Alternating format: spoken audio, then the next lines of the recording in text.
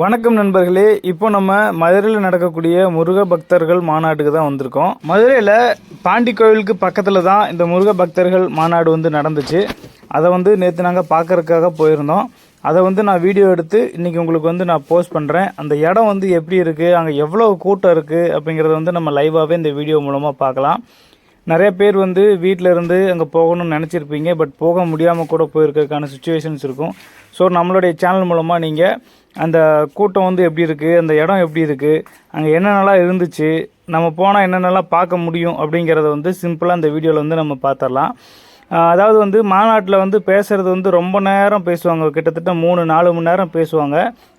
அதை நம்ம ஷூட் பண்ணால் ரொம்ப பெரிய வீடியோவாக போயிடும். ஸோ அந்த இடம் எப்படி இருக்குது அப்படிங்கிறத மட்டும் இந்த வீடியோவில் நம்ம பார்க்கலாம்.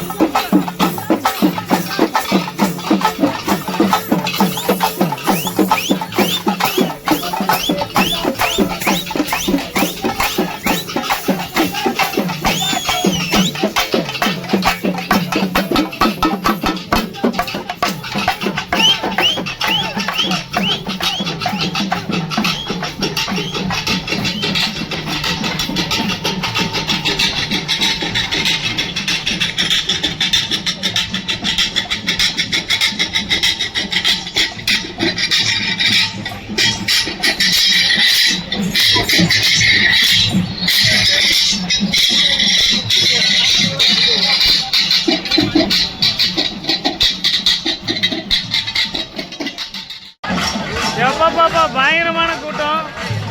இப்போ நீங்கள் பார்த்தீங்கன்னா இந்த இடத்துல 6 கோபுரம் நம்ம பார்க்கலாம். நியூஸில் நம்ம பார்த்துருப்போம்.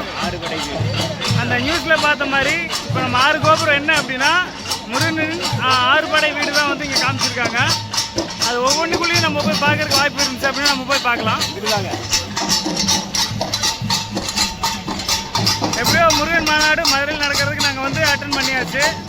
பார்த்துட்டு எப்படி இருக்குன்னு சொல்கிறேன். வீடியோஸில் கண்டினியூ பண்ணி பாருங்கள். இன்னும் நீங்கள் சப்ஸ்கிரைப் பண்ணலன்னா சப்ஸ்கிரைப் பண்ணி சப்போர்ட் பண்ணுங்கள்.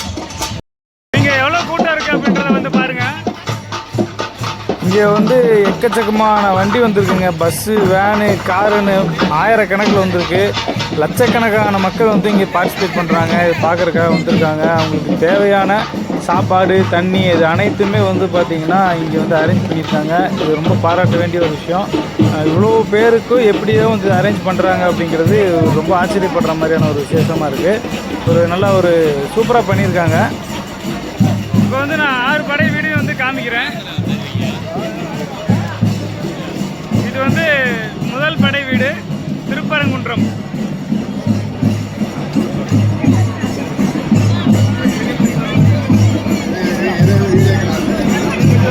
இது 2ஆம் படை வீடு திருச்செந்தூர்.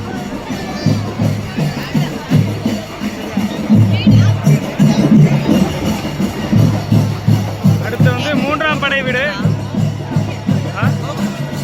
இல்லை உள்ள போய் பார்க்கலாம். உள்ள போகலாம். அப்புறம் இங்கே நில்லுங்க, அதை மட்டும் எடுத்து வந்துடுறேன். இங்கே நில்லுங்க.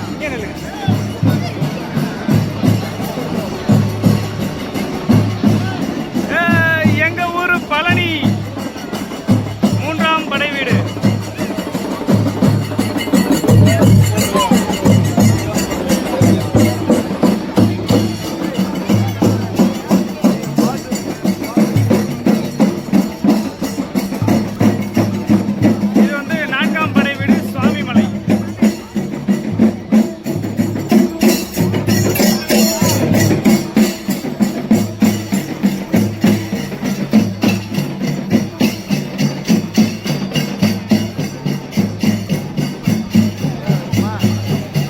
அடுத்தது 5ஆம் படை வீடு திருத்தணி.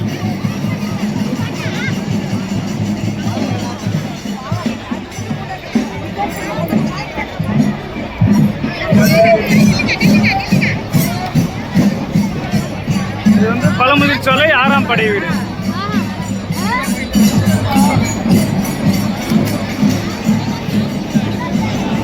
மொத்தம் 6 படை வீடியோ நம்ம இங்கே பார்க்கலாம். உள்ளுக்குள்ள நம்ம போய் பார்க்குற மாதிரியான அமைப்பு வச்சுருக்காங்க. போய் பார்க்கலாம்.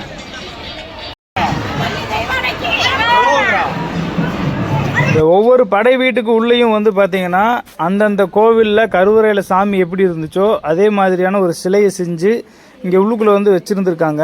இப்போ வந்து மாநாடு ஸ்டார்ட் பண்ணதுமே இங்கே இருக்கக்கூடிய சிலைகள் எல்லாம் எடுத்துகிட்டு போய் மாநாட்டில் இருக்கக்கூடிய இந்த ஒரு செட்டில் வந்து வச்சுருக்காங்க.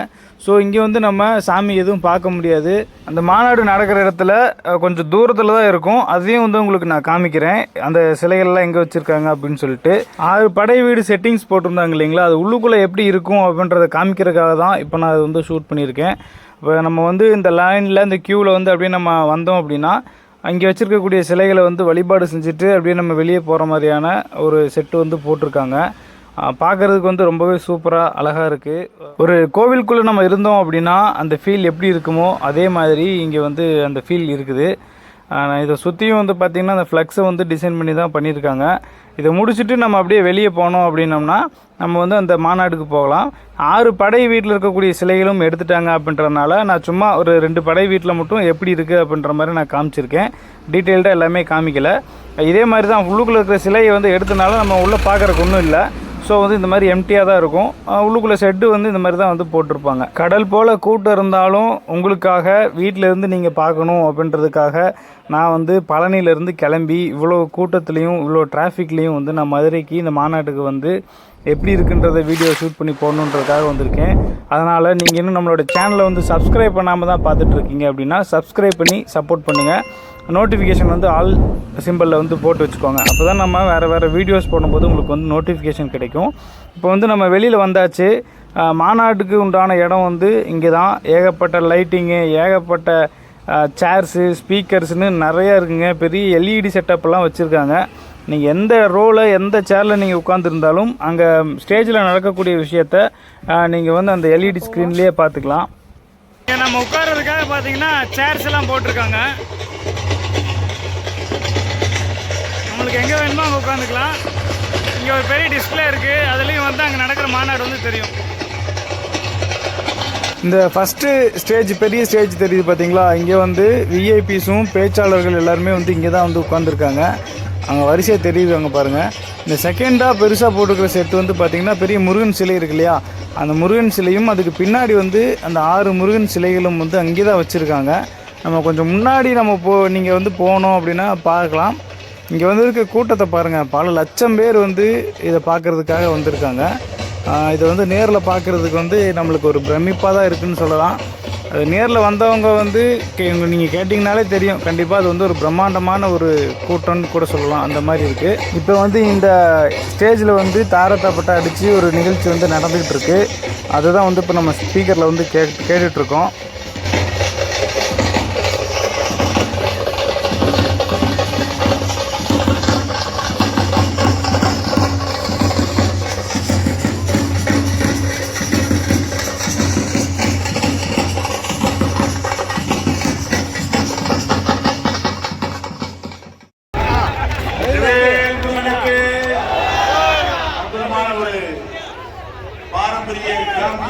ஆட்டத்தை வெளிப்படுத்திய ஸ்ரீ கலைத்தாய் குழு, மதுரையை சார்ந்த கலைத்தாய் குழுவினருக்கு மனமார்ந்த மகிழ்ச்சியை தெரிவித்துக் கொள்கிறோம்.